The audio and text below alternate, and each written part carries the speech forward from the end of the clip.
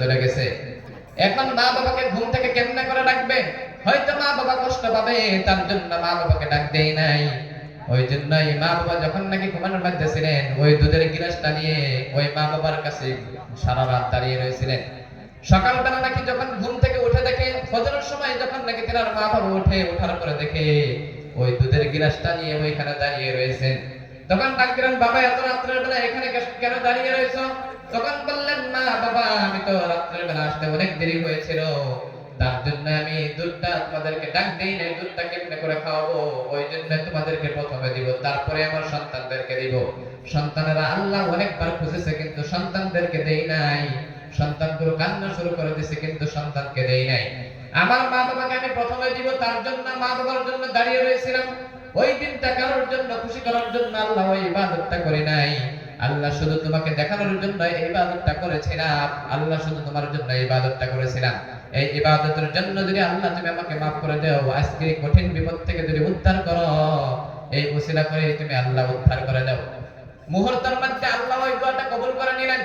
কারণ ওসিলা নিয়ে দোয়া করছে না, ওসিলা নিয়ে দোয়া কবুল করছে। মুহূর্তের মধ্যে পাথরটা 3 টুকরা হয়ে 1 টুকরা সরে গেল। বলুন সুবহানাল্লাহ। জোরে বলুন না সুবহানাল্লাহ। আস্তে করে পিছনের দিকে মানুষ শুনবো তো, পিছনের দিকে শুনবো, আস্তে করবেন। হ্যাঁ, সঙ্গে সঙ্গে একটা মুহূর্ত চলে গেলেন, 3 ভাগের 1 ভাগ চলে গেলেন। শুধু ওই ওসিলা করে দোয়া করেছিলেন, একটা ভাগ চলে গেলেন। 2 নাম্বার বন্ধু তখন আল্লাহর কাছে দোয়া করেন, আল্লাহ আমি এই দুনিয়াতে একজন আমার নিজের চাচাতো বোনের জন্য আমি পাগল ছিলাম। আমার চাচাতো বোন এত সুন্দর, এত দেখতে ভালো, অনেক রূপবতী, দেখতে অনেক সুন্দর, দুনিয়ার মানুষ তার উপরে হাবুডুবু খাই, আমিও তার উপরে প্রেমে পড়ে গেছি।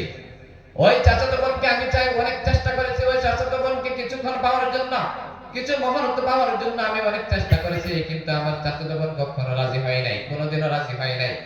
তখন আমার চাচাতো বোন আমাকে একটা শর্ত দিয়েছিল, তুমি যদি আমাকে 100টা স্বর্ণের মুদ্রা যদি এনে দিতে পারো, তাহলে আমি তোমার কথায় আমি রাজি, তোমার কথায় আমি খুশি। 100টা স্বর্ণের মুদ্রা পাবে, এখনই পাওয়া যায় না, আগের জামানায় পাইতো কি? পাই নাই। অনেক চেষ্টা করার পরে সমস্ত কিছু ছেড়ে দিয়ে এত পাগল হয়ে গেছিলেন ওই চাচাতো বোনের উপরে। এত পাগল হওয়ার পরে বাড়ি ছেড়ে বছরের পর বছর কষ্ট করে ওই স্বর্ণের মুদ্রাগুলো জমাতে শুরু করলেন। জমানো শুরু করার পরে যখন নাকি 100টা মুদ্রা হয়ে গেলেন, যাওয়ার পর ওই চাচাতো বোনকে যখন নাকি হাতের মধ্যে দিলেন, তিনি অবাক হয়ে গেলেন, কি আশ্চর্য ব্যাপার, এত মুদ্রাগুলো কোথায় থেকে পাইলো? সে খুশি হয়ে গেলেন। খুশি হওয়ার পরে যে খারাপ প্রস্তাবটি দিয়েছিলেন, ওই প্রস্তাবটি কবুল করে নিয়ে একটা ঘরের মধ্যে প্রবেশ করলেন। ঘরের মধ্যে প্রবেশ করার পর দুইজনে কাপড় চোপড় খুলে দিলেন। দেওয়ার পরে যখন নাকি ওই মহিলাটি বললেন, ওই চাচাতো বোনটি ওই চাচাতো ভাইকে বললেন, ও ভাই ইত্তাকিল্লাহ, আল্লাহকে ভয় করো। যখন নাকি ইত্তাকিল্লাহ বললেন, আল্লাহকে ভয় করার পরে ওই দ্বিতীয় নম্বর বন্ধুটি, দ্বিতীয় যুবকটি তখন আল্লাহকে ভয় করার জন্য আল্লাহকে বললেন, আল্লাহ আমি জীবনে ওই দিন কাউকে আমি ভয় করি নাই, যে সময় নাকি আমি আল্লাহ তোমাকে ভয় করে ওই খারাপ কাজ থেকে চলে এসেছি, ওইটা কাউকে দেখানোর জন্য করি নাই। কারণ ওই মুহূর্তে কি ওইখান থেকে চলে আসবে কোনো ছেলে, কোনো যুবক চলে আসবে? আসবে কি? কখনো আসবে না। কেউ নাই ঘরের মধ্যে, শুধু ওই মহিলা এবং ওই যুবকটা। খারাপ কাজ করবে করে সমস্ত তারা রেডি, কিন্তু আল্লাহকে ভয় করার জন্য যখন নাকি ইত্তাকিল্লাহ বলে আল্লাহকে ভয় করো, তখন আল্লাহকে ভয় করে তার কলিজাটা থরথর করে কাঁপতে শুরু করলো। তখন ওই খারাপ কাজ থেকে চলে আসছে, খারাপ কাজ থেকে চলে আসছে। আল্লাহ ওই দিনের ইবাদতটা যদি আল্লাহ তোমাকে দেখানোর জন্য করেছে, যদি আল্লাহ ভালো লাগে তাহলে ওর ওসিলা করে আল্লাহ তুমি আজকে কঠিন বিপদ থেকে আমাদেরকে উদ্ধার করে দাও। ওই কথা বলার সঙ্গে সঙ্গে কিছু মুহূর্তের মধ্যে ওই যে 2 ভাগটা ছিল, ওই 2 ভাগটার মধ্যে থেকে আরেকটা ভাগ চলে গেল। বলুন সুবহানাল্লাহ। 3 টুকরা ছিল, পাথরটা 3 একটা ছিল, ওইটা প্রথমে 3 ভাগের 1 ভাগ ভেঙে সাইড হয়ে গেল। 2 নম্বরে যখন এই দ্বিতীয় বন্ধুটি আল্লাহর কাছে ওসিলা নিয়ে দোয়া করেছিল, 2 নম্বর ভাগ চলে গেল। এখন 3 নম্বর বন্ধু হয়তো এখন অক্সিজেন ভিতরে যায়, ওই গর্তের মধ্যে অক্সিজেন যায়, বাতাস যায়, দেখা যায় কিছু। এখন একটা পাথর হয়তো পা বাহির হয়, শরীর বাহির হয় না, হয়তো মাথা বাহির হয়, শরীর বাহির হয় না, এতটুকু। আর একটা পাথর সাইড হয়ে গেলে তাই বাহির হতে পারবে।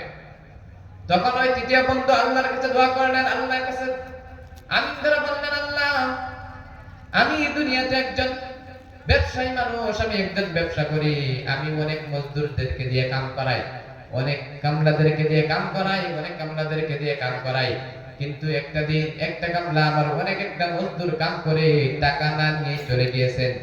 সমস্ত মজদুররা টাকা নিয়েছে, কিন্তু একটা মজদুর টাকা নেয় নাই।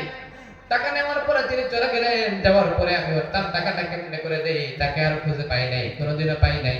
ওই জন্য তার যে ভাগের টাকাটা ছিল ওই টাকাটা আমি কেমনে করে রাখি, ওই জন্য ওই টাকা দিয়ে একটা মুরগি কিনেছে। ওই মুরগি কেনার পর ওই মুরগির থেকে ডিম হয়েছে, ওই ডিমের থেকে আবার মুরগি হয়েছে। ওই মুরগিগুলো দিয়ে ওই মুরগিগুলো বিক্রি করে নিয়ে আবার গরু কিনেছে, ছাগল কিনেছে। এরকম করে ওই যে একদিনের হাজিরাটা ছিল ওই হাজিরা দিয়ে একদম ছাগলের একটা ফার্ম বানায় ফেলাইছে।